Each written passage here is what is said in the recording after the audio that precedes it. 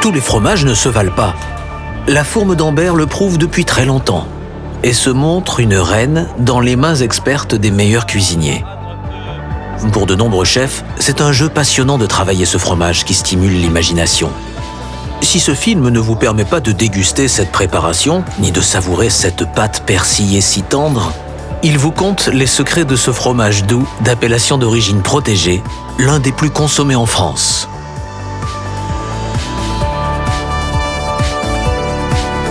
Son berceau, le voici.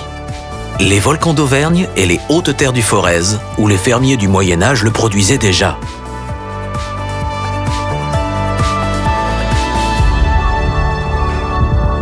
Des marchés locaux à l'exportation vers l'Europe, la Fourme d'Ambert connaît un succès croissant qui ne lui a pas fait perdre la tête. Au contraire, la tradition de sa production fermière s'est vue renforcée par l'exigence du cahier des charges AOP.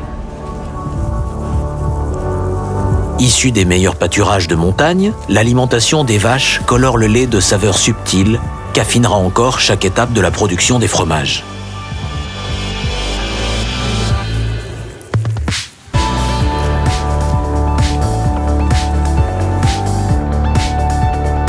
À la ferme comme en laiterie, le savoir-faire, transmis de génération en génération, est toujours à l'œuvre. Récolté localement chez des producteurs labellisés AOP, le lait frais ou pasteurisé est ensemencé par des ferments et le fameux champignon Penicillium roqueforti. Il faut attendre que la présure agisse avant de découper le caillé selon des gestes précis. Puis le brasser pour obtenir de petites billes que l'on dit alors coiffées par la fine pellicule qui les dessine.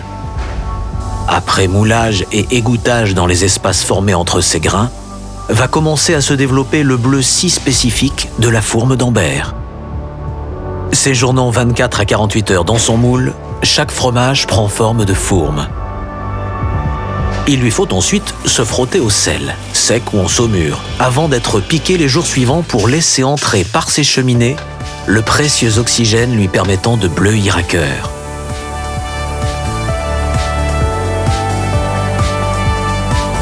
Affinée en cave 28 jours au moins, dans des conditions strictes de température et d'humidité, elle vit retournement, frottage et contrôle de qualité. N'est pas AOP qui veut. Lorsqu'elle est officiellement reconnue Fourme d'Ambert, le mérite en revient aux hommes et femmes qui vivent sur ces territoires naturels dont ils préservent l'environnement et les meilleures traditions. Des territoires dont la jeunesse, toujours renouvelée, s'incarne en cette grande dame généreuse et élégante qui s'offre au partage sur les tables des gourmets.